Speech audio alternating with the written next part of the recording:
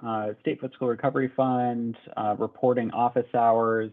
This is intended for our administering agencies or our agency partners around the state. And so you have a handful of folks on. So I think what we'll do is just provide a few reminders, which I'm recognizing names from our interagency meeting. So I don't think any of this will be new information for you all, but provide some reminders, and then like 90% of this meeting will be for questions and discussion and feedback. So as a reminder, we have, so NC Pro has obligations to submit reports to U.S. Treasury and the legislature on behalf of all agencies that are using state fiscal recovery funds. And those requirements are driving what we are asking of our agencies to submit to us. We're using a monthly reporting process to drive the information that we receive from you all, so we can continue to compile and organize information as we meet our quarterly deadlines with those entities. So there's project level data.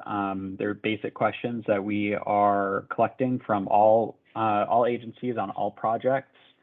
And that's going to be information that's input directly into the Pangram portal on the expense reporting page.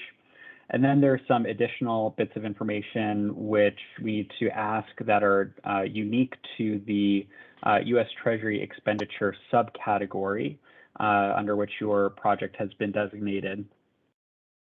And then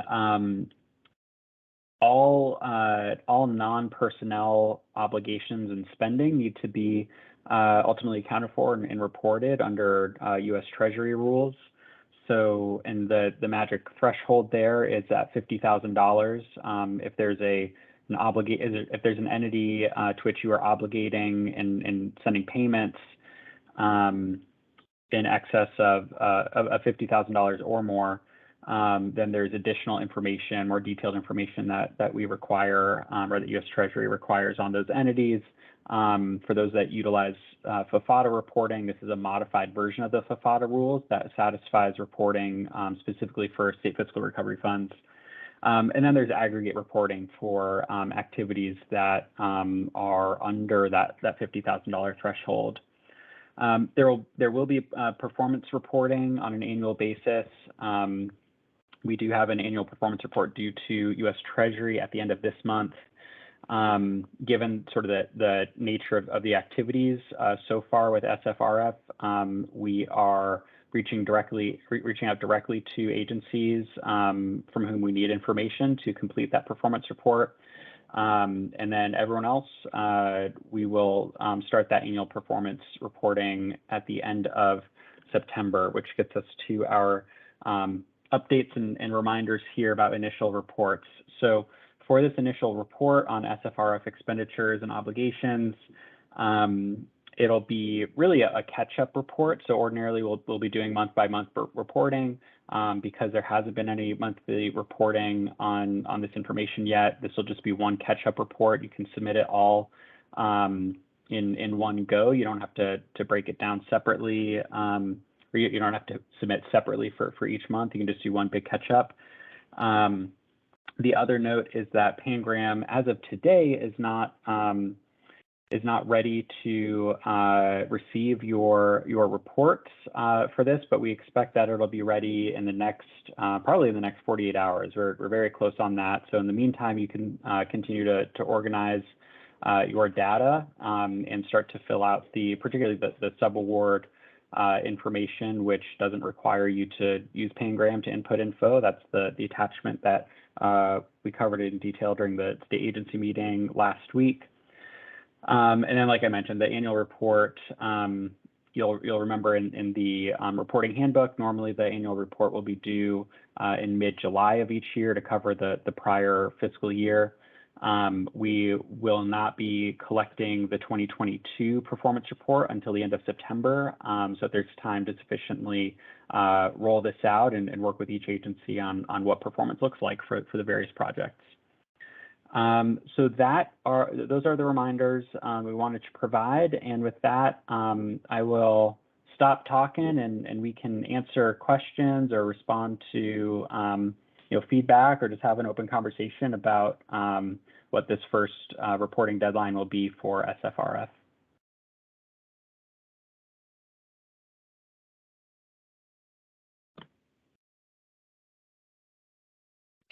Hi, this is Michelle Hall from Fayetteville Tech.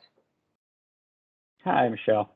And I was not on the agency call. I was not aware of it, but I work in the budget office here at the college, and I'm a bit in the dark as far as this goes, and just want to be clear on what do you require for the reporting? Do you require the source documentation like invoices, POs? Because we do some reporting now to NC Pro for some state funds that we have received. And is it going to be similar to that, or is it something different? Yeah, great question. So the reporting for state fiscal recovery funds, the reporting to NC Pro will be managed through the state agency to which the funds were appropriated. So my assumption, unless you all got a direct appropriation, would be that your funds are being sort of managed through the community college system office. Is that actually for the funds that I'm on here for is for the cyber network came from DIT. So are you saying DIT will be doing the reporting? That's right. So and they will have to get something to them, I'm assuming. Andy.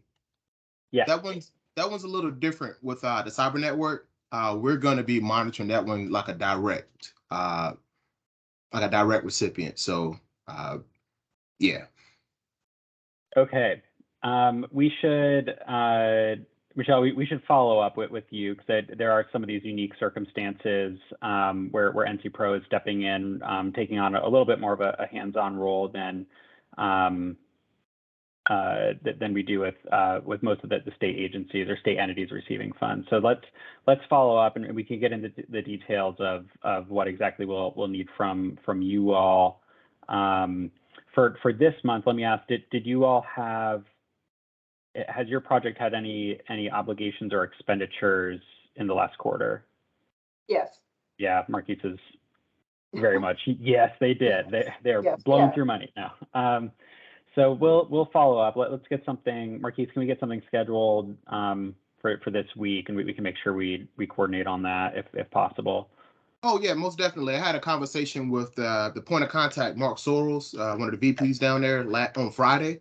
Yeah. So yeah, this is good comment, Michelle, and called us right at the time of trying to answer the questions Mark asked. So I will send out. I'll schedule something with us, Andy. Thanks. Yeah, awesome. Thank you, and thanks for clarifying that. I know there are a lot of funds moving around for different purposes, and sort of some of them take unique routes to get where they're going. So that's all stuff that we're trying to be responsive to and sensitive to. So thanks for raising all that. Thank you.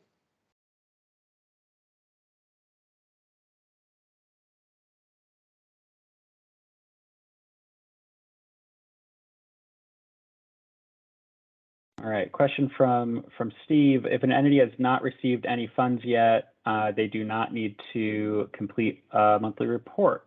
The entity has received some funds but hasn't spent any. So yeah, so the answer to the first question, Steve, if your entity, if your project has not received any funds, any disbursement of funds, you do not need to report to us this first reporting period. Starting in August, we will require ongoing reports, if there haven't been any activities, just so we know that that y'all haven't forgotten the report or that we haven't missed something coming in. So we will need to see something sort of affirmatively providing information month to month. Since this is the first month and we know that there are a number of projects that haven't received their disbursements yet, we're really just focused on the projects that have received funds that do have activities to report. So thanks for clarifying that. That is accurate. And then if your entity, if your project has received funds but don't have any expenditures, the question for me would be, are there any obligations? So even if you haven't spent money, if you've entered a contract with another entity, or in any way have committed funds through some sort of agreement to another entity, that would need to be information that would trigger a report.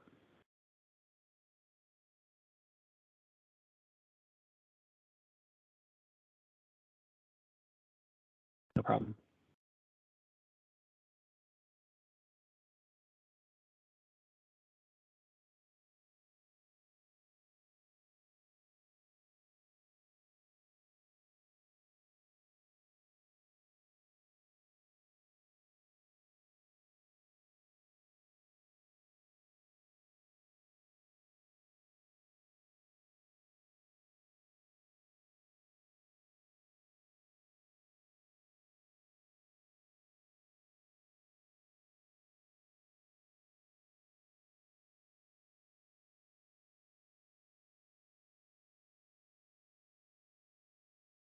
Any other questions from folks who are on? If not, feel free to hop off. We'll be on the line until 3. So if there are colleagues you want to pull in, feel free to do so. If there are anyone else that you want to have join the conversation, we'll be around. If not, I'll throw up on the screen here the schedule of the remaining sessions. So we will meet again this time on Thursday, 2 o'clock, and then again on Monday at 11 a.m. We do expect very likely that on Thursday the Pangram reporting will be live for all the expenditure information that you all will need to submit directly through Pangram, and so the portal will be open for you all to start submitting your July report. And certainly, if you have questions about Pangram, not necessarily specific to the content of the reporting, but just some of the how-to, we're happy to help with that as well during the Thursday or Monday sessions. If there are any delays with Pangram opening up, we'll communicate that to you all as well. But right now we're expecting that by the end of this week, everything will be ready for you to submit. So feel free to stay on. Like I said, we will be on for a bit longer here, and but otherwise, feel free to, if you got your question answered, you can come back to future office hours with any other questions that come up.